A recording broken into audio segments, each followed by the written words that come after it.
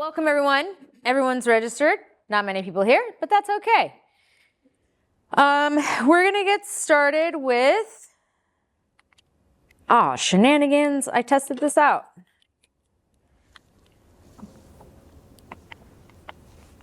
Hello.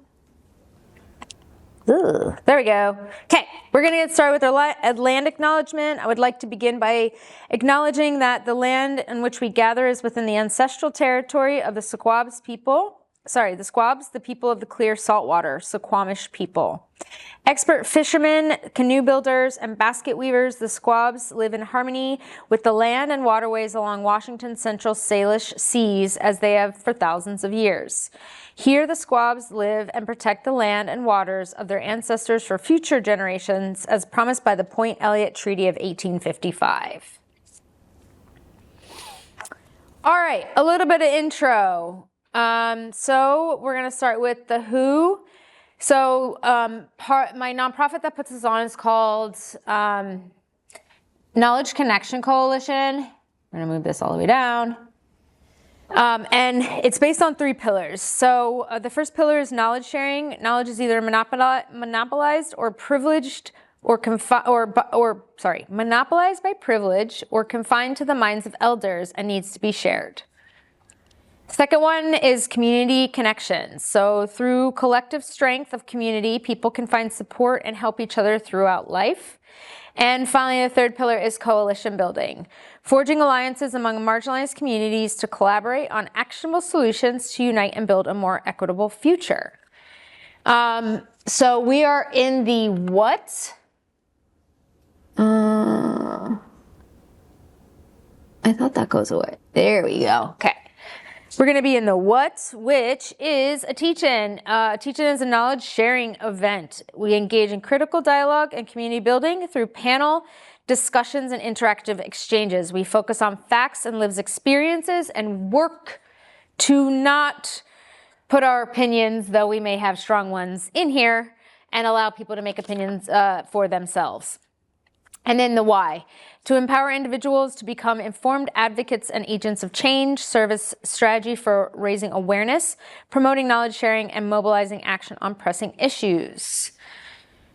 So when we do share or talk or ask questions, we try to keep it in the I. So again, putting it in our own lived experiences is kind of a good way.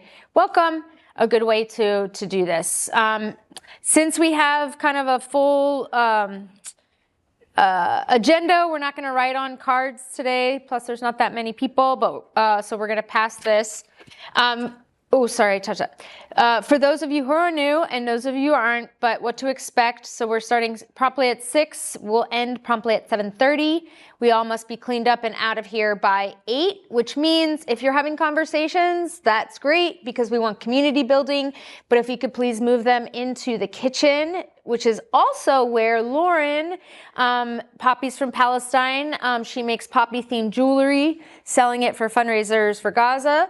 Lauren, with an A-U-R-E-N, also has some stuff to sell in the back as a fundraiser, as do I. So just move yourselves back there so we can clean up and get this set up for tomorrow. Just a quick overview of the structure. We're doing housekeeping now. We're going to do a previous recap from the last 2 months ago. We're not doing word clarifications. We're going to do some information today in regards to the topic. We're going to have our panel speakers do our panel discussion and have some topic discussion afterwards. If you all have questions or any points, we'll bring those up. I always like to end with action tools. So talk is talk. I like to give 6 different actionable items you can do every day or every other day in your home, because there's actions like protesting and stuff, which is not available for everyone. So we'll talk about those at the end, and then any upcoming events, I'll let you all know, and then we'll clean up. So that's it. Going over some quick ground rules, even though you signed up, you did. I'm not going to read through all of them, but I'm going to read through the top one. So this is human, not political or religious. Now, today we are going to be having a topic around politics and voting. However, the point is not to push you in one direction or other, is to give you information for people to give their experiences, and then for you to go back and make your own opinions and thoughts. Same when we talked about different religions. So the idea is just to give information and share knowledge. This is a safe space. Again, please feel free to ask questions, speak freely. We are here without judgment. I don't need to say this. You all look pretty calm people, but calm conversations only. No question is stupid, because intentions are everything. So if your intention is to learn and you ask a question that you might feel is not great, that's okay. Education is easy. Participation is important. So this is going to be an interesting topic. Questions are definitely helpful. I have a list of questions for Lauren and Wafa. So, but your participation is very helpful and important. Like I said before, action items are the goal. So I'm going to give you all action items at the end that you could do, different suggestions. And then this is for everyone. So no matter race, religion, ethnicity, all those things under the EEOC policy, everyone's welcome. Okay, so why am I still doing this for 8 months now? So I'm Palestinian American. Welcome, have a seat. I'm Palestinian American, and this is my activism for Palestine. Today specifically, I'm up here because I hate politics, but this is very important and important part of being a citizen of this country. Understanding how to break our current oppressive systems and cycles is very important, because they are the reason why we are here today. Not only for our liberation, but the liberation of the Palestinian people. What is happening in Palestine is not in a vacuum. And we're going to hear a little bit about that today, but it's happening here as well. And then we need to continue talking about what's happening in Palestine and now the Middle East as a whole, as it is spread, to prevent similar future situations. Will we get to prevent them?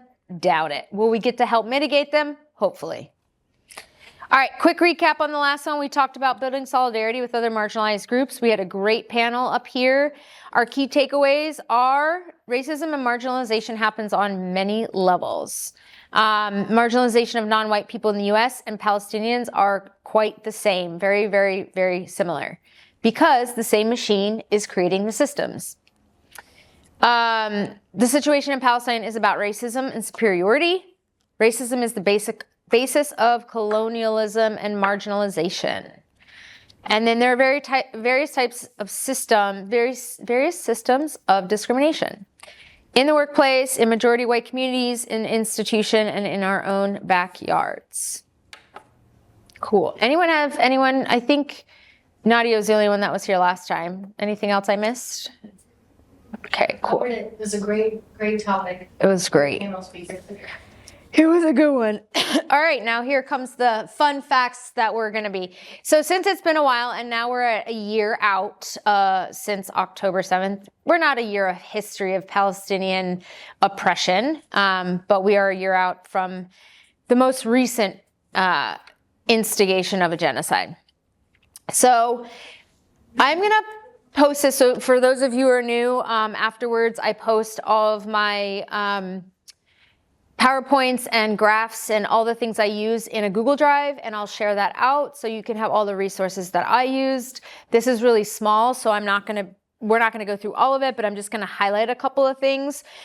So this is reported, and I have a source for this one. I think it's data statistics. This is as of October 9th, 2024.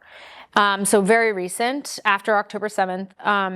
So as of October 9th, there were 42,010 Palestinian fatalities just in the Gaza Strip.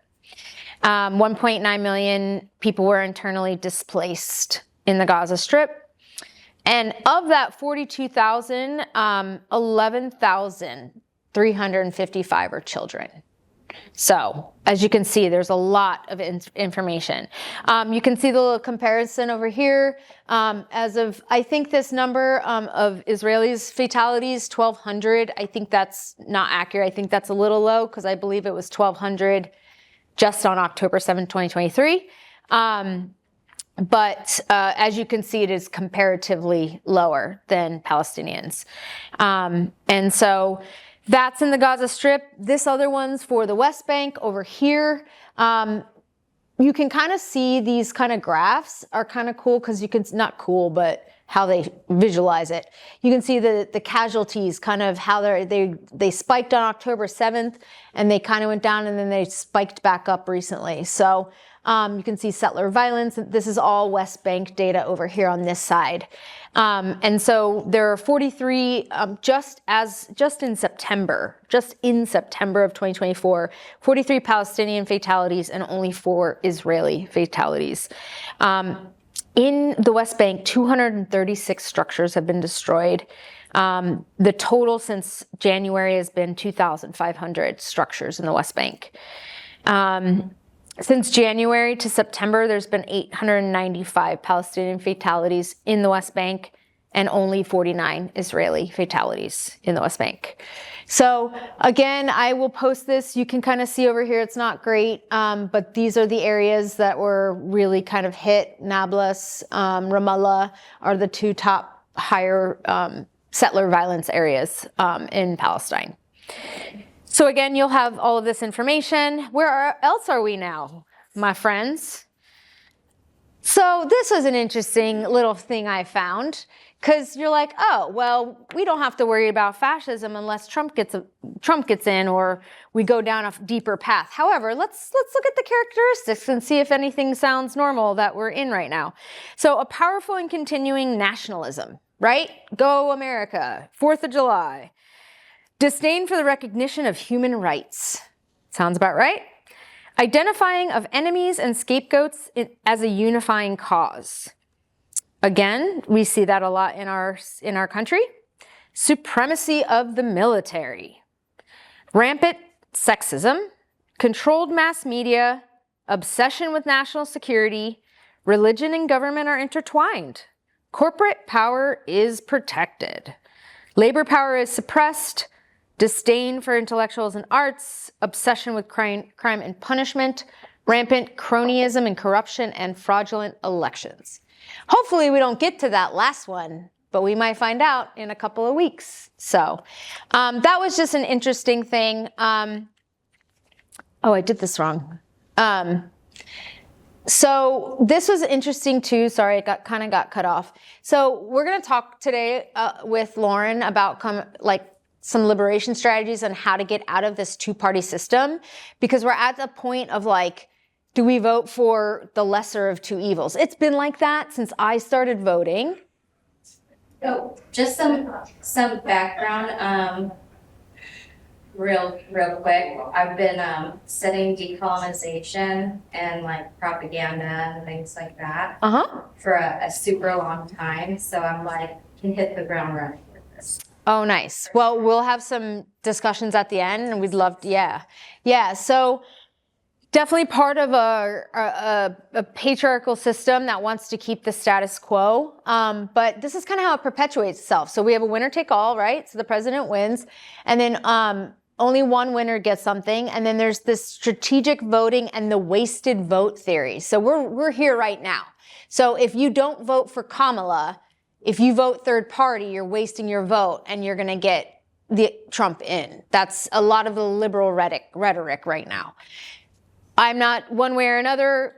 I don't believe in any of it, but that's kind of where we're at. And then voters choose to support parties that they do not view as viable, which is hard because if you don't see either party as viable, and then lack of voter support discourages formation of minor parties.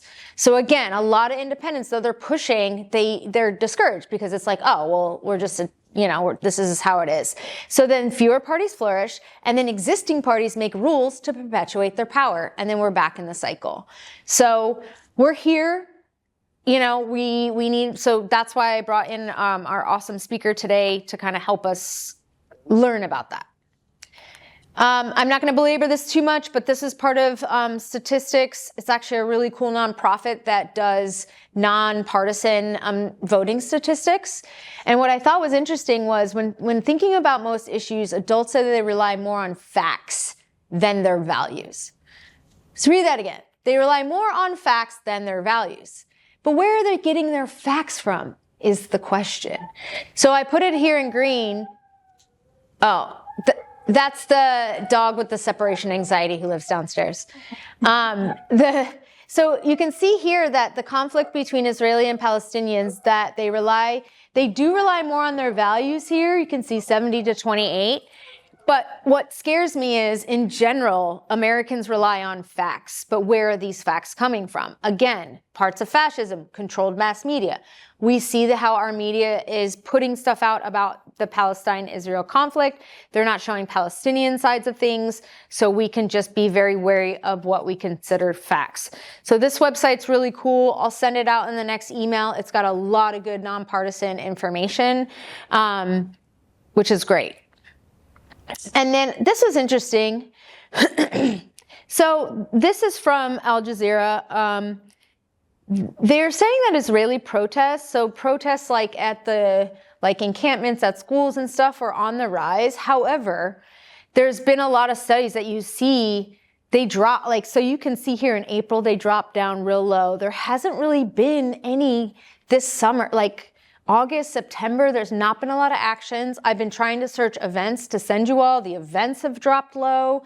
And then, of course, October 5th, there was a bunch of stuff. And so activism around this is a marathon, not a sprint. So I thought this was a little bit inaccurate because, yeah, it has gone up, but I feel like people are just getting exhausted, right? We're banging our heads against the wall. And so re-looking at different ways of activism, I think is really important to keep ourselves going. And at the end, I have I found a really cool creative activism toolbox that I'm going to share with all you to see different ways to create art and to create different things for activism. Okay, just a couple of other slides and then we'll get into the meat. So we went from having 109 Congress members in February to call for ceasefires down to 94. So we lost 15. A lot of that is fear in AIPAC, basically. We lost amazing supporters like Cori Bush and Jamal Bowman because of AIPAC. And so this is really important that we need to call and talk to our congressional people. Speaking of that, officially, Emily Randall is in the pocket of AIPAC. She is officially on their website as an Israeli supporting candidate. So that was sent to me today just to let you all know.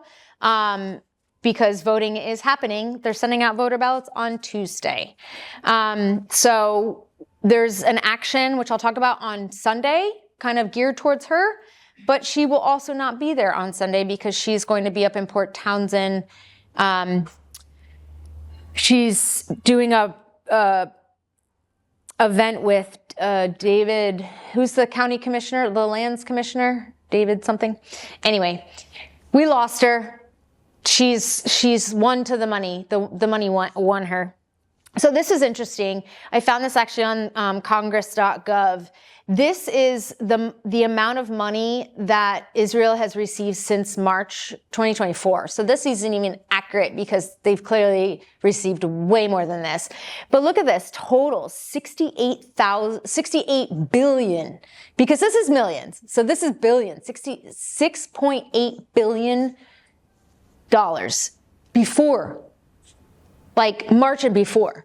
And then in missile defense, $4.5 billion. This is where our taxpayer money is going. What's even sadder is this one. So FEMA had said that they were a $9 billion shortfall when the hurricane hit North Carolina.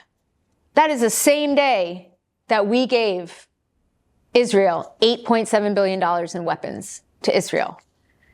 You can see here that in the next slide, you'll see that Israel reported on that same day in the Israeli newspapers that they had just received $9 billion from the U.S. $9 more billion. That's insane. And our people are flooded out in the United States. So it was saying that we're already through their immediate funding of $9 billion in the projects that had to be put on hold because they don't have the money for it. And so this is the same day that they announced it. So you can see some pictures of the Israel's papers announcing that they just received another 8.7 on the same day that FEMA was short $9 billion. And then there is only 61% of Americans were support cutting off weapons to Israel. Better than 50, right? We're over the halfway mark. They're tired of seeing their tax dollars fund Israel war crimes against Palestinians in Lebanon, while millions of Americans suffer from lack of investment here. So we have people without health care. We have people living in disaster zones right now that don't have aid. You know, Israel has an amazing healthcare system that is funded by the United States. And I had to cancel an MRI because my insurance said that the doctor wasn't specific enough on why I needed it. So that's America. Woo! Okay, now we're gonna get to the good stuff. So we're gonna introduce our panel speakers. And I'm going to start, we're gonna start here. Hold on one sec. My speakers. So our topic today, we're going to be talking with Lauren Rollins and Wafa. You're going to have to correct me. Hassauna? Yeah. Yay, thank you. And then we're going to kind of talk about, Wafa's going to talk a little bit about Washington Coalition for Peace and Justice, and then we're going to get into a deeper conversation with Lauren about what does third-party voting really mean? Can it really happen? Learning about liberation strategies, and then using your voice. And so I'm going to do a quick little bio, and then we'll get you going, Wafa. So Wafa is a Palestinian American living in Seattle. She is the daughter of two refugees forced from their homes in 1948. She works with the Washington Coalition for Peace and Justice on local policies. And then the Washington Coalition for Peace and Justice is a group of Palestinian Americans and allies in Washington state working to enhance the lives of Palestinians in Washington and Palestine through advocacy at the local, state, and federal levels. And then we'll hear from Lauren, who has spent her life and career at the intersection of competing identities, and her personal experiences navigating broken systems have had a profound impact on her awareness of privilege, oppression, and inequity. She founded WMPC, which she'll talk a little bit about, to inclusively redefine expertise and impact in policymaking while directly resourcing and privileging those who have been historically or systematically excluded from power or influence. So I'm going to try to do a little bit of, I'm going to stop share here. All right. We are going to go, let me get speaker. All right, Wafa, you are up, my friend. I'm so happy to meet you. Thank you. Yeah, thanks for having me. It's lovely to meet you. Thank you guys all for coming out and hearing us out. So I'm a Palestinian American, sort of like what introduced me. I've been in Seattle for quite a while. I'm, I guess, like the average person. I vote. I sort of pay attention to politics. But I was never really involved in local politics all that much. And then with everything that's been going on, it's just kind of sucked me in. And I think it did for quite a few people, Palestinian people. And so organically, we kind of formed Washington for Peace and Justice. And I'll drop our website in the chat. And I know you said you were going to include some information, so potentially that can go in there. We kind of slowly have kind of built our coalitions and our community, but we're kind of focused on local because that's sort of what we feel we can impact the most. So we think talking to Congress people and senators is important, but then there's your state senators, your state representatives that also impact some policies that do influence things like equity and justice and even Palestine. So, for example, we talked about sort of education, and there are policies that come through the state level in Olympia that impact what goes into the textbooks that, children will see. So what tragedies, what genocides they will talk about. There will be bills that we'll talk about that equate, for example, anti-Semitism with anti-Zionism that might come through. And so some of these things I've realized are also important to kind of take a look at and be involved with. We've kind of, we have our petition. So on our site, there's a petition that you can sign, and that kind of puts you within our database. And what we do typically with that is that really, if there's an action item similar to JVP or Empower or any of these other organizations that might ask you to take action and email your congressperson or representative for whatever it is, UW, for example, is not, behaving correctly, or I shouldn't say it that way, but UW is repressing free speech, for example, or there's a bill that's coming through that we don't think is beneficial to us as a community, then we might ask you to take that action. We also plan a big advocacy day. So I did not realize this until I became involved in local politics. Everybody has an advocacy day in Olympia. So it's a day where they go set up meetings with a bunch of their state representatives, and depending on what their agenda is, have conversations and say, hey, we as your constituents are concerned about this or that. So, for example, the day we had Advocacy Day, it was also Potato Day.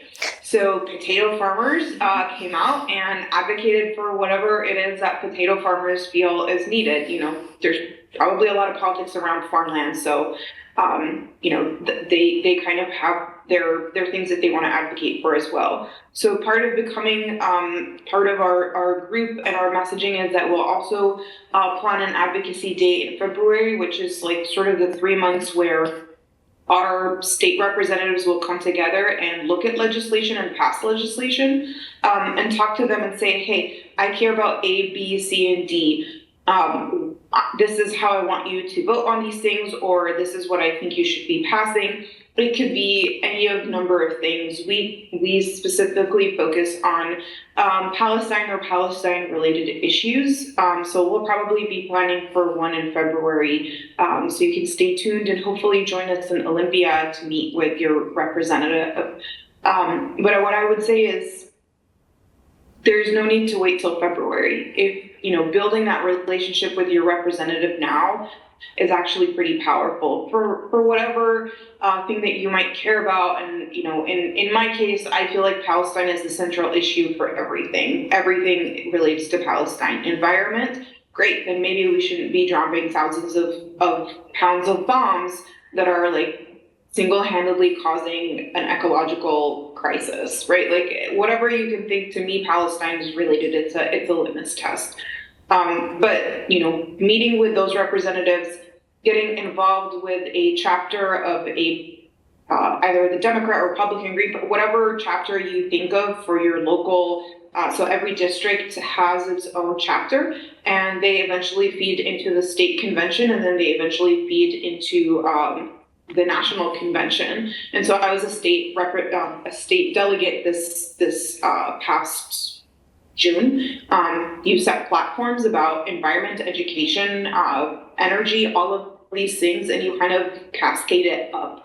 And so your voice can be heard if you kind of go into these spaces. And what I've realized is that they don't have enough people, and they don't have enough representation from the younger generations. So I think that's definitely something that's needed, and that's a way to influence your policies. And I guess I'll maybe just wrap it up with, somebody always kind of brings to the point where we're talking about presidential elections and debates. It's like, if you believe that, let's just assume, I know this is maybe a controversial take to have, but let's just assume that Biden is not fully able to take on his full responsibilities. Everything is still going. So somebody within his administration is still making these decisions. So it's not really solely the president that is responsible for everything. And so it's important what happens all the way down the bill as well. And then I'll kind of maybe pause here and just give everybody else a chance to kind of chime in. Well, I had a question for you. So, how do state people react? I'm going to make sure my microphone, can you hear me okay? Yeah. So how do state senators react? Because kind of what I've heard is, well, that's an international or a national issue, not a state issue. So how do you kind of combat with, state policies and local policies that a lot of people are like, well, that's not an issue for here? Yeah, and so we try hard to keep it related to local things. One of the bills that potentially is going through the state legislature is equating anti-Semitism with anti-Zionism, and that's not on Congress level. I mean, that bill was there, but it is happening on state level. There are bills that come through that are related to education. For example, last year there was a bill that came through that was related to assigning funding to Seattle public schools about teaching about the Holocaust and who the money goes to. Teaching about the Holocaust is a good thing, but who's teaching the Holocaust and where is the money going? When you start to dig into these things and talk to your representatives, then you realize, okay, you're not representing everybody equally. So for example, are we talking about the Bosnian genocide? Are we talking about, there are other community members whose history should also be taught, and there should be potentially an organization that's getting this that isn't a biased organization one way or the other. And so some of these issues, when you sit down and talk to them, it is very pertinent to what they're seeing come across their desk. Okay. Well, that's awesome. Yeah, I appreciate you coming to chat, and I know it was kind of last minute, so I really appreciate it. Is kind of ongoing activism happening, because elections are happening, obviously it's a political time. Are there and then their advocacy in February. Are you all continually doing work and different actions that people can get involved with? Yes. So sometimes the work is behind the scenes, so it's a little bit harder, but we typically are usually monitoring everything. So that sounds nefarious, but we are, so the way they do it is that they pass legislations or talk about resolutions within 3 months, but the rest of the time is really when you're trying to build the power to pass certain resolutions or bring certain bills in, and so that they're proposed within that time. And so we usually are working with state electeds or meeting with them ahead of time to be like, hey, where do you stand on this issue? So currently we are trying to set up meetings with state electeds to talk to them and see what's going on. There's a little bit of identifying who is an ally and who is not, and just maybe understanding where they stand on the issue of these things. So we are kind of reaching out to our database and trying to involve constituents in meeting with their state electeds. I got involved in my Democrat district party, and that kind of influences a lot of different things that they vote on, from endorsing people to, so it's like a month, several months leading up to November. And then you have things that we kind of just trigger actions for, where you're sending, saying, hey, Bernie Sanders has, proposed this, saying we need to block the $20 billion that they're trying to send in weapons. Hey, Congress people / senators, can you please, support him on this? Or we're urging you to vote one way or the other. So we'll see action items come through as well. And I will say we take the lane of, we're doing the advocacy on a political level within the system, because we know there are other groups like Palestiniyat and Samidun and Baladna who are, doing things that are more either direct action or more community building, like Baladna. So we kind of we like what they do, and then we're kind of taking a different lane because you need to work on all sorts of levels. Yeah, that was going to be kind of my final question of working within a broken system that is just created to perpetuate white supremacy. And so, yeah, I would imagine that's tough. But, one of the things I've been learning is there's different forms of activism, and we all need to do all the things, each groups can do little bits of all of them. That way we kind of spread it all out, because Yeah, I mean, there are hopefully people that are going to listen, and we find people like the Cori Bushes that are going to start standing up. So awesome. Well, thank you.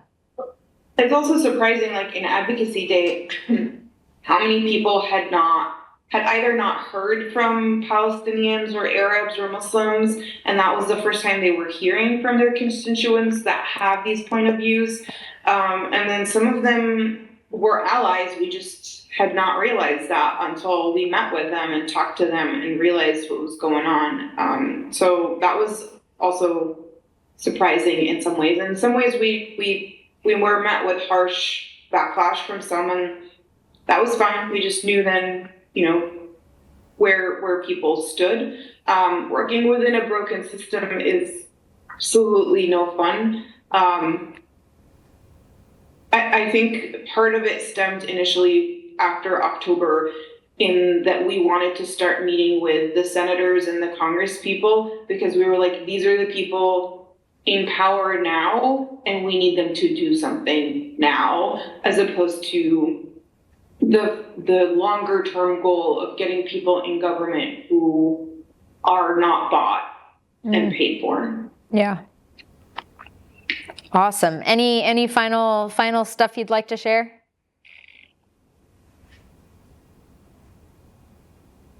Yeah, just visit our site, sign on to our database, and that way we can keep in touch, and we need more people and more districts working with us. So. And can you tell me how to say your last name? Hasuna. Hasuna. And I'm saying your first name correctly? Yeah. Okay. Yeah. I'm definitely a very Anglo-Palestinian, so I appreciate it. Well, thank you so much for coming on. I know it was super last minute, but does anyone have any questions for her?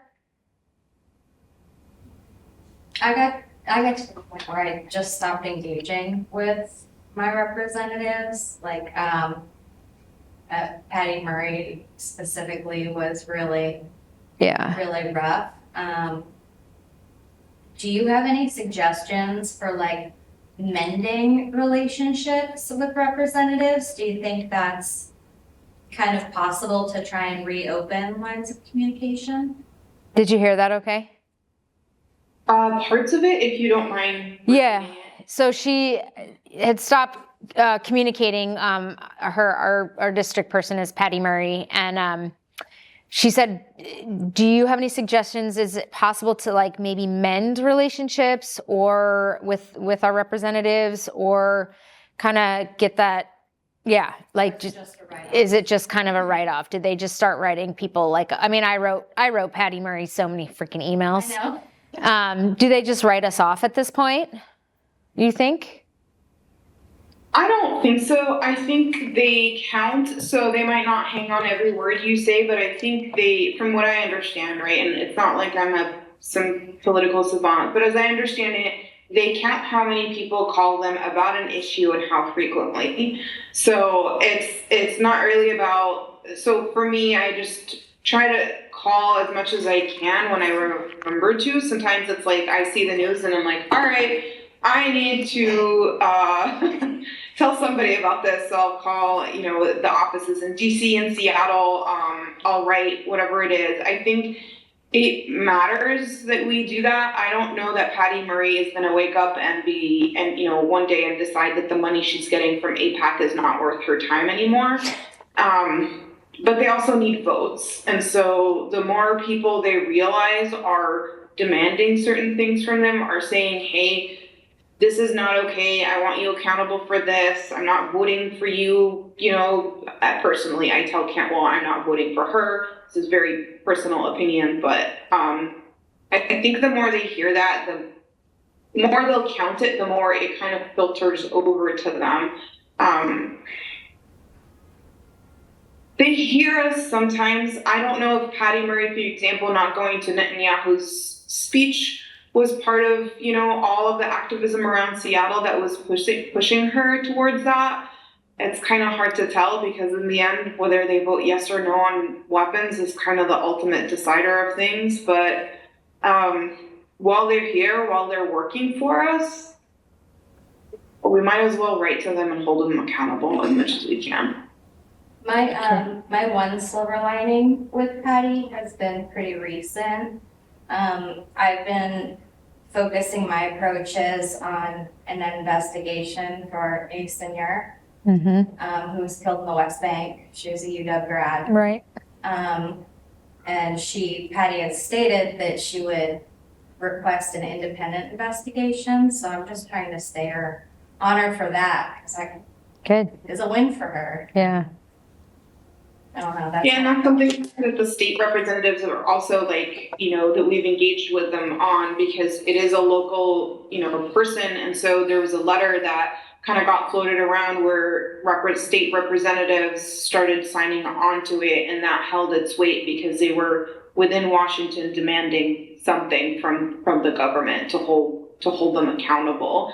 So that's when having a relationship with your senator, state senator, or state representative and demanding, hey, I want you to sign on to this letter, can kind of pay off, because they're hearing from other people. Like, I didn't realize until this year how much people write to them about all and every issues and ask and demand certain things. And so I try to do that more often and be more conscious about it.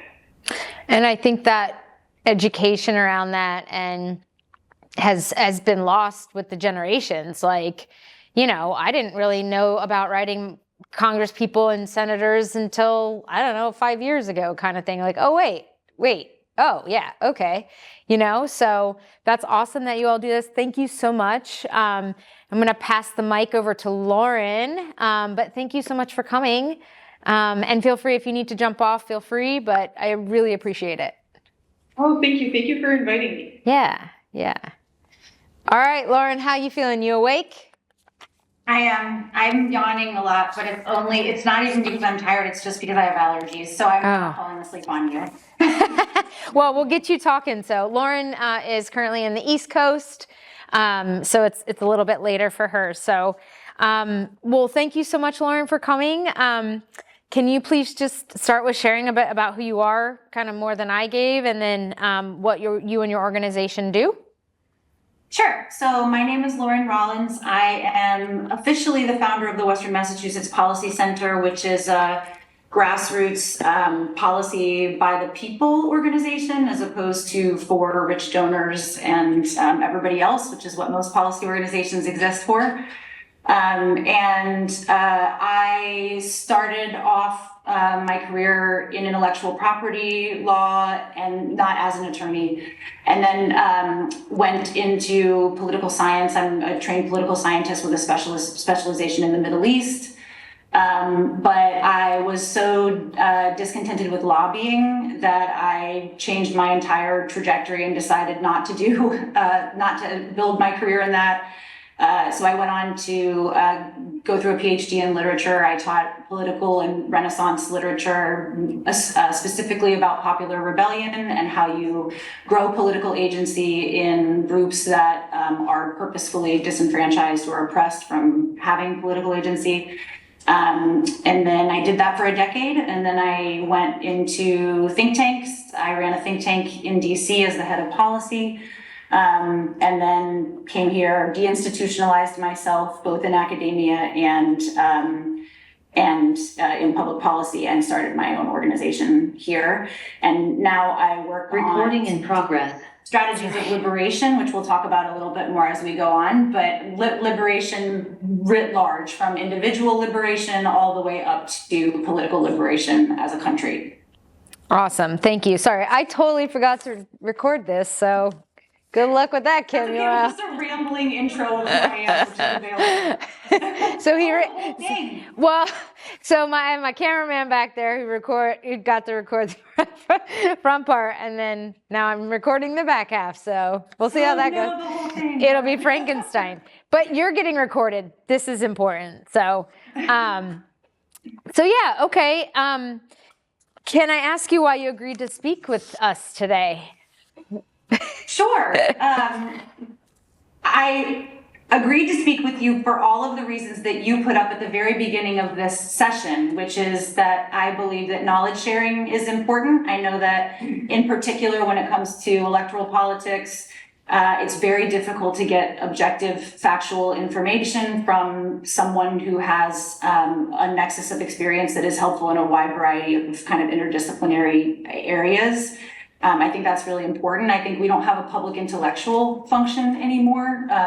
And we have a lot of influencers and people who do a lot of talking and pundits, but you don't really have any trustworthy, credible sources. And if you do, they're very hard to find, and they're definitely not amplified by our mainstream media. And so to the degree that I can offer what knowledge I have as free and open access to whoever is interested to take or leave it as they see fit, I'm happy to do that. Awesome. So a little fun fact about how I met Lauren.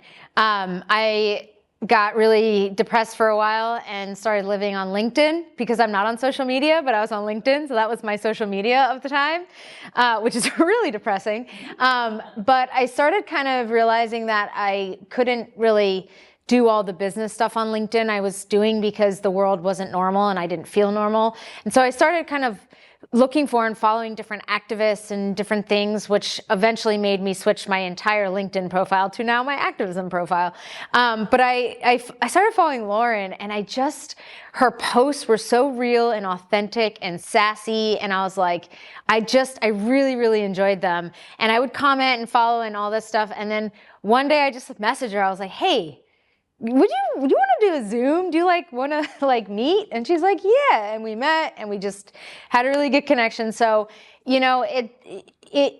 community, as much as I don't like social media, community can connect us if you're looking for it in the right places. It also can keep us in a bubble where I thought for a long time everyone thought like I did on Palestine, which is not true, especially LinkedIn, because now I'm shadow banned and I can barely get any posts out there. So you'll be proud of me, Lauren. I haven't been fully banned yet, but I've been shadow banned hardcore. So well, you'll be joining a very good crowd if you are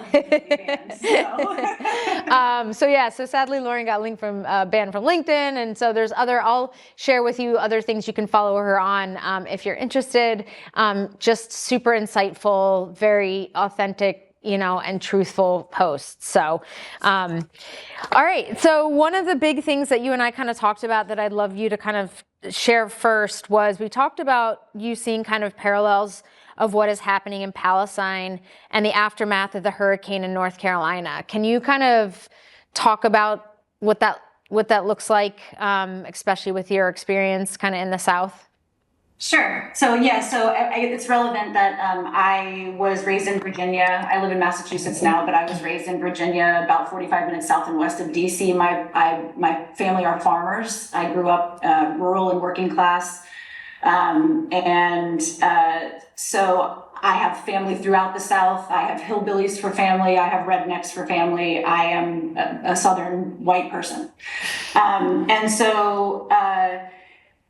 what we're seeing, the parallels that I am seeing is that, and this is a good segue talking about being banned from social media for sharing pro-Palestinian content or even just sharing, videos of people documenting their experience. We watched that happen. It was very, very difficult if you remember all the way back to October 7th. Like now you're seeing a lot of Palestinian material, much more so because of the push, but for months, you couldn't get anything through, and they were suppressing as much content as possible.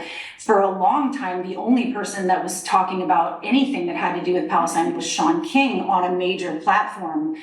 And thank goodness he did, because we wouldn't have seen it. It wouldn't have gotten into the algorithm in the same way if he hadn't done that work. But a very similar thing is happening in North Carolina. I mean, what you have happening in Palestine is a land grab, right? A resource grab, and as a function of colonialism.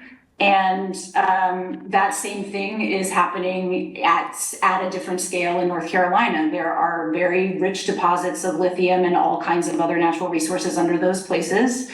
We are expanding our production of things like electric vehicles and weapons and drones for obvious reasons that require things like lithium. And when you run out of those natural resources in places where people will voluntarily sell them to you and you're trying to ramp up production at scale, you're going to need to get your hands on those resources. And if people won't give them to you, then you find a way to get them without their consent. And that is very much what is happening in Palestine, and it is very much a part of what is happening in the response to what is happening in North Carolina. FEMA is there. They're under-resourced. They are, by all accounts that I can see on the ground, doing very little. They are keeping out as much help and aid as possible, just as they are in Palestine. They're stopping community members from getting in to help. I have seen them destroying supplies down there, and this is not conspiracy theory. These are videos of people who are mobilizing and trying to assist with life-saving because the government simply isn't doing a good job. And so that is understandably creating a resistance in the South, a right-wing resistance in the South. Militias are forming.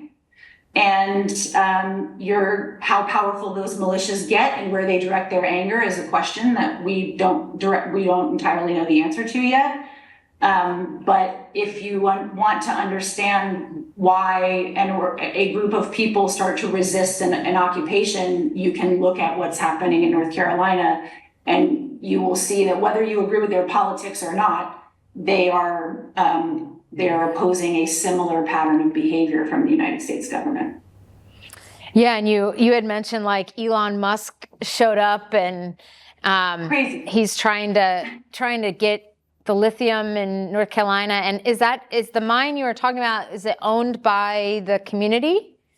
So it's not owned by the community, but there are private stocks that are already owned by mining companies that have rights to the mines. The problem is as you can imagine, adjusting at scale for what they're trying to do is going to require the displacement of many people from their ancestral homes. And as you can imagine, they have been fighting back. And this happens, I should also say, all of the time in the South, which is a major reason why the South hates the government so much, is because, and it's happened, I have witnessed it myself, when the government wants a chunk of your land, if you have ancestral or you have land that that your family's been occupying for however long, if you don't agree, if they want to take it for any public use, either eminent domain, or sometimes they want to take it for something like a park, right, where it's not technically an eminent domain, but it's on the cusp, right?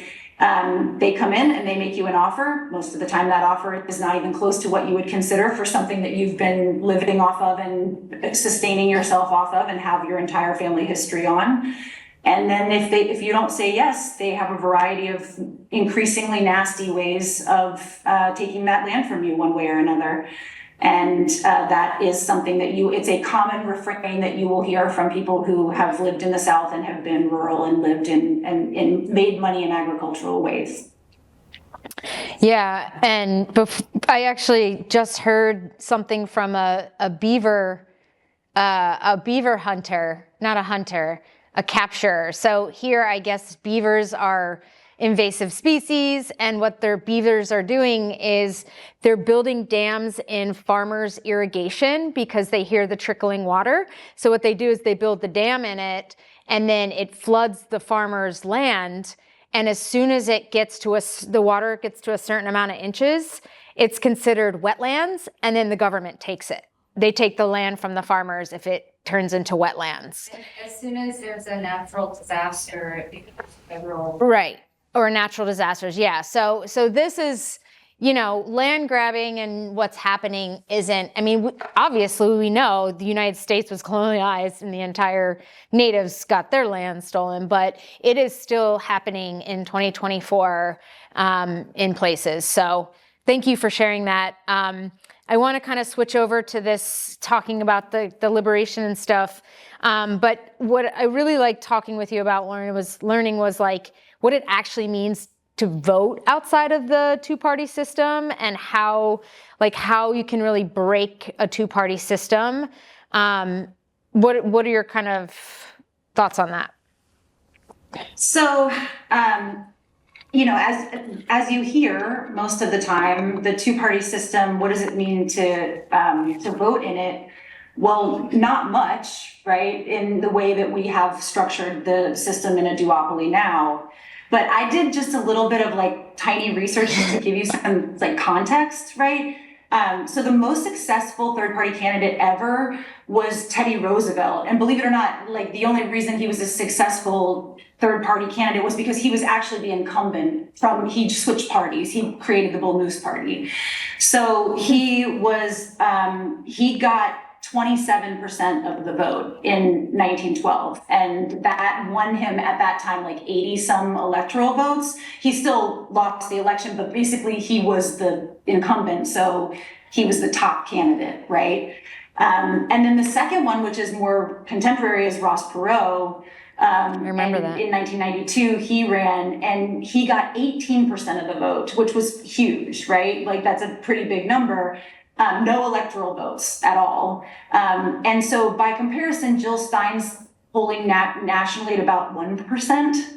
So it's pretty bleak, right? I mean, the thing that a third party can do in the traditional sense is it can take votes away from the other parties, and more than likely in this cycle, she will take votes away from Democrats. But ultimately, all of that is to say it can't do much. Well, the flip side of that is if everybody who said voting third party will do nothing actually voted third party, you'd have a popular majority. So I don't normally work in electoral politics because I'm a policy wonk, and we're actually prohibited from working in electoral politics by laws that are called electioneering laws. We can't have anything to do with candidates. And if you see organizations doing that are calling themselves policy organizations, they are not policy organizations. They're purely advocacy organizations, lobbying organizations. But the only reason that I have done it in this cycle is because I work on policy for the people, because the political parties and the candidates and the donors and the billionaires, they have a wealth of every attorney, every kind of expert you could possibly want to try to manipulate the system. But there isn't anybody to manipulate the system on behalf of the people writ large. And so that is where I put my expertise now, is to strategizing for the people. So in this case, taking this problem of the two-party system and how to break through it, knowing that you can't elect a single candidate. You won't be able to push through it with a single candidate. You really will only play spoiler as the best you can do. But you could beat the system entirely by, instead of voting for a single third-party candidate, like Jill Stein, if she's not on every ballot, she's now asking people to write her in. Well, you could also just write in uncommitted. And if the popular majority, everyone who voted their conscience, instead of voted their values, instead of the facts that they're getting, if you voted your conscience and just said, listen, I'm not with this person and I'm not with this person, and I also know that this person can't win, and everyone wrote in uncommitted, what that would do overnight is it would literally take back power into the hands, if you imagine that the power has to move, right? It would take it back into the hands of the people. And if you voted it up and down the ballot and you fired every Republican and Democrat, which as long as AIPAC is giving as much money as it is, and as long as the billionaires are giving the rest of it, because it's not just AIPAC, right? It's also the tech companies. The tech companies want the resources. It's the gas companies. It's the people who need the natural resources that are in the land. The rest of it is more or less collateral damage, which is the problem because it's humans.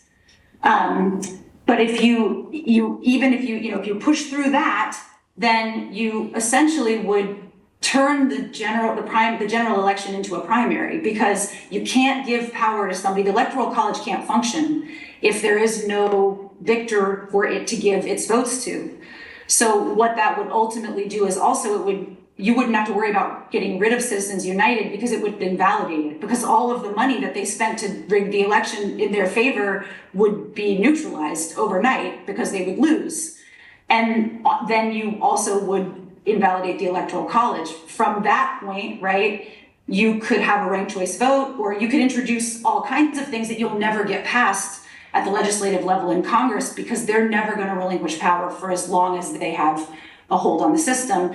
They're just simply not going to do it. And and it is not controversial in any way from a political science perspective, objectively, to say that our government is under fascist control, because if a government is conducting a Holocaust, there is no more fascist thing than that you could possibly imagine.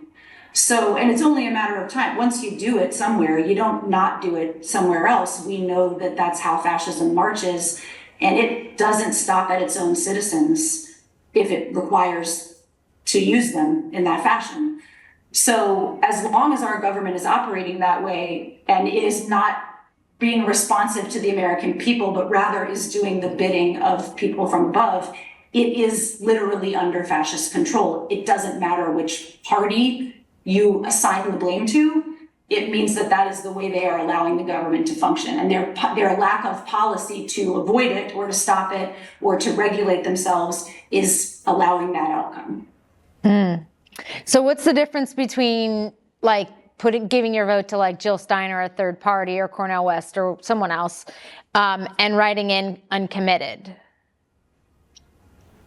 Are you nothing except that there's an unknown, right? Like this isn't a strategy that, as far as I know, I'm the only one who has tried even to come up with something that the American people can actually do other than voting for a third party candidate that won't win.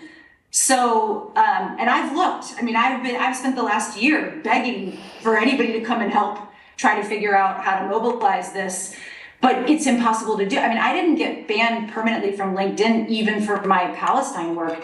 I got banned for this, for being anti-corporation and talking about the open corruption in the government. That's what actually got me ultimately kicked off of LinkedIn.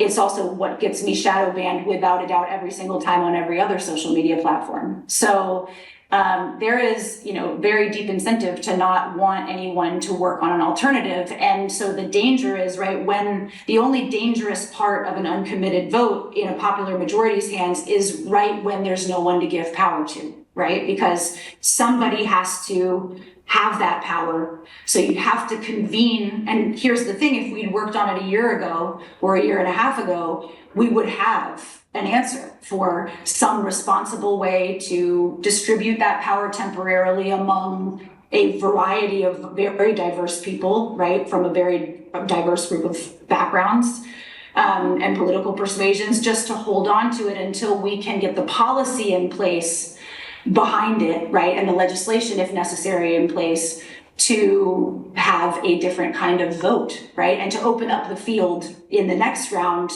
to a wide variety of candidates. And there wouldn't be really any such thing. I mean, the Republicans and the Democrats could continue to run their candidate, but they certainly wouldn't be the only ones in the mix by any means. Oh man, it's sad and bleak, but I appreciate it. So shifting to kind of, it sounds like, this voting uncommitted would be a form of a liberation strategy. Would you agree? So can you kind of expound on that a little bit, like what you see liberation strategies are and like what some can be either in our lives, obviously in the systems, in our work, in the capitalist system. I know I struggle with that all the time because I know capitalism drives imperialism, drives, murder and holocausting. And yet I'm still working in that cog. But yeah, so can you kind of talk a little bit about liberation strategies and what that looks like or what you kind of see it as? Sure. So the kind of central tenet that I use to think about liberation strategies is that the problem is always its own solution. And what that does is when you start thinking from the problem is its own solution, you get to stop debating what the problem is anymore, right? Which is where we get stuck and where all of the misinformation and the political propaganda is very successful is because it's very, very human beings are very easy to manipulate when it comes to the things they care about the most. And the political system uses that to its advantage. Everything in America uses that to its advantage. That's a capitalist system, right? Manipulate you into doing what they want you to do, ultimately give them your money or your time or your energy or your labor, right? And so for me, I have already aggregated the data of the problem. We don't need any more research on the problems. We know what the problems are. And in fact, we have a ton of very nuanced, very good data about what the best solutions are. It's not that we haven't done that work as policy people or that all that information is not diversely available to anybody who wants it. The problem is that under the current government structure and with the interference that is happening, but with money in the system, we will not ever implement any real change. So if you take the problem on its face, instead of arguing about what they are, then you can ask yourself, okay, given it gives you a different starting point of priors, right? Given that these are all the obstacles in the system that we already know exist, how do we not remove these, because a lot of times you can't remove them, right? Often what that means is you got to figure out a way to go around them or just blow through them entirely, right? So that they become completely obsolete. You create either a shadow system, and this is how governments work. This is how rebellions and revolutions and, the mob, any kind of shadow economy or system, right, will always develop alongside the legitimate one. And so liberation strategy is basically taking anything that you're dependent on. If you're dependent on it and it is oppressing you, you can't get around it, you have no good answer, right? And it's a wicked problem, meaning that it's related to a million other problems. And so we can't really, we're stuck. So I take those problems and you ask yourself, well, okay, if the problem is here, how do we transmute that problem into the solution to its own problem? And that's how we ultimately liberate ourselves from everything from, fear of abandonment, right? Like, well, if you figure out that you have a fear of abandonment as an individual, right, you can take that problem, you can mine that problem, and you can turn that into a solution. You can do that all the way up through organizations, anything that humans create, right? Organizations, institutions, ultimately governments, global communities, whatever it is. But unless you liberate yourself first and truly do that and understand what that means and go through that process of making yourself not dependent on systems and taking the consequences of those actions, it's very difficult for you to liberate at any other level up above. So I tend to start with individuals, and then from that point, I also help, at a larger scale, depending on what kind of liberation is required in any situation. Can you give just an example of something in your life that you've worked to kind of liberate yourself from? And I saw, you and I have talked, and you had mentioned you have mentioned a bunch of things. So just if you can kind of share one and talk through what that looked like for you. Yeah, so I was fired from my public policy job in DC because we had a gender equity problem, pay gap. And it was longstanding, had been going on for years. It was not even a secret. And when I got promoted, I took over most of the staff. And so those people that were being paid, and I was one of them that were not being paid fairly, it was my responsibility now to fix it. And when I tried to do that, they fired me and I sued them. So that went on. I was without a job overnight. It was a complete shock. And, as anyone I'm sure who's ever been unemployed, especially I am the only breadwinner. I have always been the only breadwinner, and I am definitely poverty insecure from my childhood. So it was it was one of the scariest things of my entire life. I've been a single mom my whole life. I am entirely responsible for my child. I have no help where that's concerned financially. So, whatever I wanted to do, whichever way I knew I needed to deinstitutionalize myself, because I knew that I wouldn't be free to tell the truth about what was going on behind the scenes. And I knew that I could no longer do the work that I had trained my entire career to do under the system anymore, because the system was lying to people and it was not allowing real, genuine expertise to get through to warn people about how dangerous the system was becoming. So that was all well and good, except I also needed to make money, right? And so I tried every traditional thing, and every single which way it pulled me, I felt like I had to sell my soul to do it. Like I was gonna have to be silenced, or I was gonna have to do something that was not aligned with the entire spirit of why I had wanted to stay free and be able to offer this to a better, higher purpose. And so at a certain point, I was so scared about money, and I finally got to a place where I had no idea where it was coming in, and I was completely out of it. I had none. My bank account was in the negative. My credit score, when I got fired, was almost 800. I had worked my ass off to get it there. And it went down to like 5 something because I couldn't pay my bills, and that was just the way it went.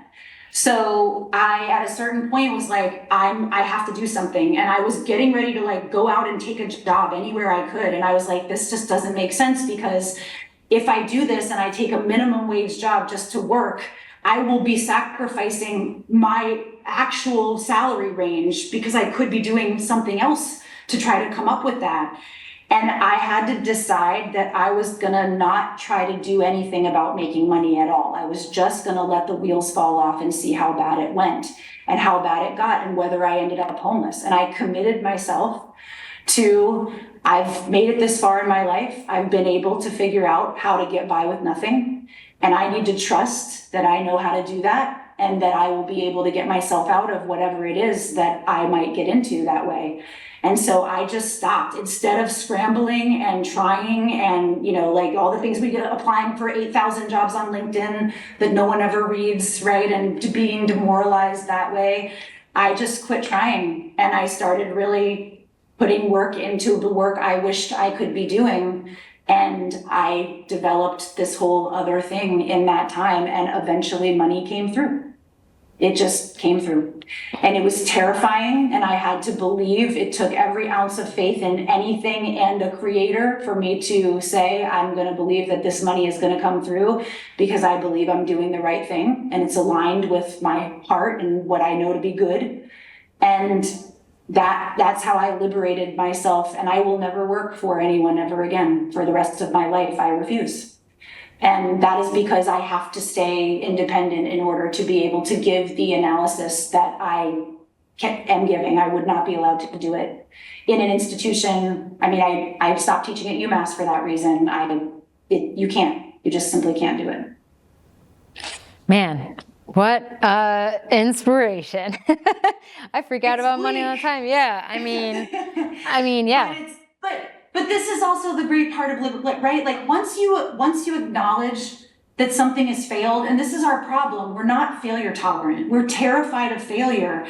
Because we're fear-based. They have done everything they can do to terrify us into compliance and conformity, right? And if you do that, you are colonized. Your mind is colonized. You're in the matrix and you're never getting out. So as scary as it is, right? If you at least just accept that maybe you're wrong, you don't even have to be right about it. Just say the system's failed, right? Say whatever I've been doing isn't working and I have to do something else. Well, at least now you can envision a future. They don't want us to envision a future. They keep dragging us back to the past. That's what they want us to do. And as long as we allow that to continue, because we are afraid to dream or afraid to be scared a little bit, like if you're going to be terrified anyway, one way or another, would you rather be terrified doing something that you feel is what you know that you can do and that you're capable of, and investing that trust in yourself? Or would you rather invest that trust in something that you already know is making you feel anxious and terrible and that you don't feel like you have any control over? And ultimately, that's the kind of thinking that has to go into anything where you're dependent on a system or a person or a job, whatever it is, right? A partner. And if that relationship is not serving you, then you need to figure out how to liberate yourself from that dependency at least, right? Because then at least the relationship is voluntary. But if it's not voluntary because you're dependent on it, then you're not free. Yeah. Whew. Well, thank you. I mean, I think for me, my first thing to liberate myself from is coffee addiction. Baby steps. Baby steps, man. Baby steps. All right, so I'm going to open it up. Oh, I keep touching my little microphone. Sorry. I'm going to open it up if anyone has any questions for Lauren or any comments or anything like that. Bueller?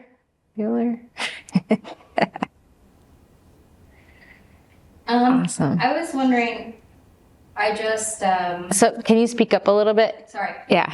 in thinking about finding different ways to get involved in liberation, like I've been thinking a lot about the hurdles we're gonna have protesting.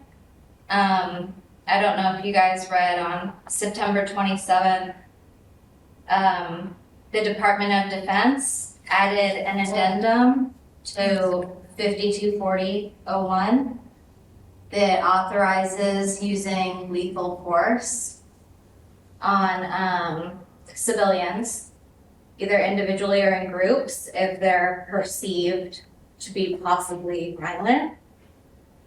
So, yeah. It's like the Israeli law of killing their own citizens if they get captured. The IDF is here. Yeah. Like, and if you guys remember the DNC, when you heard the most lethal fighting force in the world, they didn't say military, you know? And now we see this coming full circle. So I think like liberation and imagination for how we can move smarter is so important. Like, you're doing huge steps. That's awesome. Yeah, I mean, you know, welcome to fascism, right? That's more proof to the point, right? They're turning a lethal force on their citizens. They're doing that in the background. And I mean, you know, you can vote in November, but ultimately the problem is they don't have any idea who's going to win in November. That's the reason why the Democrats are scrambling as much as they are. It's also why Trump is singing and dancing instead of answering questions, because the plan was for them to neutralize Trump and move him out of the way. The billionaires don't want Trump. The Republicans don't want Trump. There was a resistance to Trump from within the government, even when Trump was president. And he's a national security threat. So there was never any intention of Trump winning this election. And they really did think that Biden would take it, because he would have until October 7th. He absolutely would have taken it, because everybody who wanted to vote to save democracy, irrespective of their politics, would have held their nose and done what they always do and would have voted for Biden. And they got too arrogant and decided that they were going to take it as an opportunity to grab power and land, because that slow coup of fascism has been occurring over the last 30 plus years in the government. And now it is, and you can, I'm sure she's gonna give you my Instagram and whatever, but I just made a video about the fact that what you're looking at in the election cycle right now is a coup, because they have chosen a candidate for you. They're not gonna let Trump win. And this will bear out or it won't. So, right, like, this is how I can say this so confidently, because this is what I see. And if it's not true, well, it won't be true. We'll find out in a few weeks. But the bottom line is that nothing is stable at all. You should trust none of the polling at all, because I'm a qualitative and quantitative researcher. There is no methodology. Too many people won't tell you the truth about who they're voting for. They've tried to shame so many people into voting that now, like, in your social circles, right? Like, all of that silence is happening because, God forbid, you say, I don't want Taylor Swift to fund a genocide. And people are like, you don't like Taylor Swift? I mean, it's not just the politics, right? They have woven the fabric of propaganda through every part of our culture, such that you could poll people and they're not gonna tell you the truth. We just don't have any reason to believe that they feel safe doing that. And also, we know that there are plenty of undecided voters. And the reason why they're still undecided is because they truly don't know what's gonna happen. We've already had one candidate replaced. The other one's stopping questions and swaying to the music for 40 minutes on screen. everything looks crazy because it is. And when things are unstable, just like markets, right? People don't know what they're going to do when they get to election day because they're hoping for a miracle, but the miracle isn't coming. So we just have to see how it plays out. And there is anyone who's telling you that they have accurate polling data is lying, because it cannot be done methodologically. The only thing that the most valuable data that you can look at right now is, I think like Real Clear Politics will do a favorable, unfavorable, like each candidate, how you view them. All three of those candidates, Trump, Harris, and Jill Stein, are all polling more unfavorable than favorable. So that's a crapshoot. They have no idea who's going to win the election. And if they don't get a popular majority, that's where actual danger starts, because now it's going to be a power grab, and it's going to have to go through the court, and the court is corrupt. So they're guaranteeing the worst possible outcome right now. If they change tack, I mean, they could replace Trump with Nikki Haley tomorrow and we'd have a sane election. And the Republicans would have done that in a primary if you'd just given them a primary, because none of them wanted Trump. Everybody was aligned. The billionaires don't want him either. He's a loose cannon. You don't want to try. He hangs out with some nefarious people, and he has a big mouth. And when he doesn't get what he wants, he slams the table. They all know that. They know him personally. They're not going to allow him to ruin a world war that we've just hurled ourselves happily into. I mean, this just defies every ounce of national security. And that's why you see so many Republicans that are crossing the aisle now, because they were always going to do that. They were working together to neutralize him. They couldn't get rid of him because the right would have rebelled. And they didn't want to put down the right wing when they could have done it legally. So now they're increasing their ability to enact martial law and turn violence on citizens, so that when the chaos that they've fomented breaks out, they have the ability to turn the state on it. And they're going to turn the state on it indiscriminately. So that is the reality of where we're headed. And I don't say that to scare you so much as I think you need to understand. And I am planning my life that way. I mean, part of my liberation strategy has been to say, okay, what are my contingency plans for if chaos breaks out? Because that should be something that every American is worried about at the individual level and the people that are in your little tiny circle. And I'm not the only one saying that. There are a lot of people who are deinstitutionalizing themselves to give those warnings to people, because we don't know, and it's better to be safe than sorry. So maybe we're crazy, right? But for my money, be safe. Think about what you're going to do. Yeah, I have a trip planned out of the country that week. I will not be in this country, and I don't know if I'll come back. But I have a dog, so maybe. All right, well, thank you so much again, Lauren. I will send out your info. I have all your different infos that they can follow you and contact you and all that good stuff. So thank you so much. I'm going to finish up the last bits of the PowerPoint, and I'll have you send me your address so I can send you a gift. I give all my speakers gifts, so because I appreciate you taking your time, especially because it's so late. Thank you very much. Thanks for having me. Yeah. I enjoyed it very much. And have hope. Liberation is promising, not sad. Yes. Yes. Awesome. Well, thank you so much. Thank you. All right. Let me get this last bits of the, here we go. All right. A little technical stuff. We'll just finish up. Oh, that should go away. Well, we talked about all the questions. All right, so here's some of our actions. So like Wafa said, contact Congress. I'm going to be sending out, there's actually, I think both Wafa and maybe Lauren mentioned it, there is, so there's a bill, there's an arms embargo.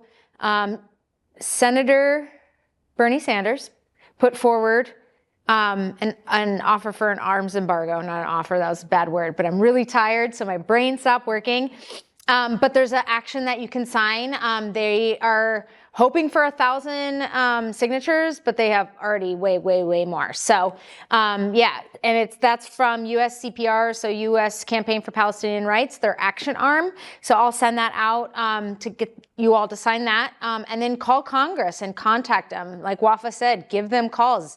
I didn't know they tally them, so I'm an emailer, but now I'm going to be calling, and they're on USCPR Action. I will also send this out. There's blurbs. They give you kind of like little things that you can say, so you don't have to think about it. You can just read what you can say to your congressperson. So let's get our Congress people. And if you see Emily Randall, give her shit, man. I'm blasting her tomorrow on LinkedIn. I cannot wait. Anytime she posts anything on LinkedIn, I'm on there like, hey, a Palestinian constituent, don't like you funding genocide. So yeah, we have a couple more weeks. Let's ruffle some feathers. Vote informed. So, yes, we did talk a lot about Trump and all of that stuff, but your vote is your vote. Vote how you vote your values, vote how you want to vote, but be informed. There is a lot of stuff out there of kind of people making a lot of Palestinian Palestinian activists and allies like feel bad that they're, if you don't vote for Kamala, then it's then trans people are going to have a hard time, and these people are going to, and just all the people are going to have a hard time. Well, I saw something today. It was super interesting. It was like, when you say that, that's because you want to protect the privilege of other people. Why not protect, so do what you can, but again, I hate politics. I hate it, but let's vote. It's our duty as citizens. Attend events. I'm going to tell you guys about an event that's going to be happening on Sunday in Bremerton. Any other events that are out there, I send them as much as possible. Keep a lookout on Arabish Way and the Kitsap Palestine Solidarity Group, Facebook. Group has a big organizing, and they talk about actions all the time. And there's not tons, but there's a lot in Seattle. Okay, so this is that I was telling you about. Beautiful Trouble, I found, is awesome. It's an activism toolbox, and it's a suite of creative, strategic tools and training on different types of activism, but like creative activism. I had to stop myself from going into a rabbit hole with this awesome website. So I will also send this out in the next email, but if you want to scan that, I put that up because I don't know if it's working, is it working? Did it work? Okay, cool. It is some really cool action on there. So that's something new. And then always check ourselves, check our consumption, check our habits, work towards liberating ourselves, because it's true. If we can't liberate ourselves, we can't liberate other people and other things from the systems. And then boycott, keep boycotting. One of the things Emily Randall said is she's against BDS. She's against boycotting, sanctions, and divestment. So keep boycotting, keep boycotting.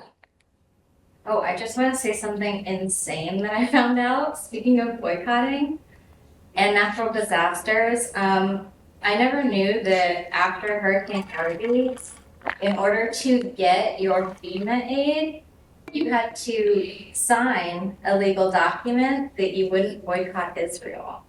What? In 2014. Oh, I believe that. So it's like, wow. boycotting out of spite has been my favorite hobby. Yeah, and I sent it in a couple things ago, but there's an app called the No Thanks app. Put it on your phone, you can scan a barcode, and it tells you whether or not it's an Israel product. It was made by a Palestinian programmer. So it's called No Thanks app. Here's all the sources. I will provide all of these. I enjoyed kind of digging through a lot of this. There were a lot of interesting things. I look for infographics because I just was tired of reading stuff. All right, so upcoming events, reminder of our weekly demonstrations, Bremerton, Paulsbo, Kingston, and Bainbridge. So Kingston and Bainbridge alternate every other Sunday, every Friday in Paulsbo. And then I think they're still doing Sundays in Bremerton. I haven't seen it, but because I think Joe Walter was heading that one, but she's been dealing with some personal stuff. But I know they're definitely doing the Paulsbo, Kingston, and Bainbridge. So keep an eye on that. And then this Sunday, Promise Partner. So for those of you who came to my first one, she spoke. She's doing an action called We Witness Gaza. It's an art installation action that a lot of people are doing around the world, actually. And so we, a couple Fridays ago, a bunch of people painted and drew eyes and started it. And then Sunday, she's gathering again for community speakers, singing art, grieving, and then pressuring Emily Randall and other elected officials for arms embargo. Signs will be provided. I'm not sure how that's going to happen because Emily is not going to be around Bremerton, but I'm sure Promise has amazing ideas because she's awesome. So that's Sunday in Bremerton at 3 p.m. at the People's Exchange, which is on Callow. Okay, so next up, what's really exciting is my spacing came wrong. So November, because it's too close to Thanksgiving, we're not going to do one in November. But December 19th, we're going to do a big Palestinian cultural feast. My parents are driving up. My mom's making a bunch of food. Nadia's going to make some food. I'm actually going to be in Seattle at Dunya Productions this weekend, and I'm going to see if I can get traditional Palestinian dancers. So it's going to be a really cool feast. I was able to get some funding for it, so the cost can be a little bit lower. So it's $25 a ticket. It's still $25 a ticket because I want people to be to buy in a little bit to it. So it's going to be amazing. It's going to be here at 6 o'clock, and my mom will speak for a little bit, but it's going to be more of like a community building and eating amazing Palestinian food. So please share with your friends. I will send that. We are not doing the card. If you want already, you can scan to register. This is for it. Again, you have to purchase tickets to come. And then as always, please donate if you can. I found a new donation platform called Zephy that actually allows nonprofits to not have any fees at all. So all the money you give does finally go to pay for all of this stuff, which is great because GoFundMe charges, all of them charge, but Zephy does not. So that's it. We made it. Do we make it at 7:30? 3 minutes late. Good job. Thank you everyone so much for coming.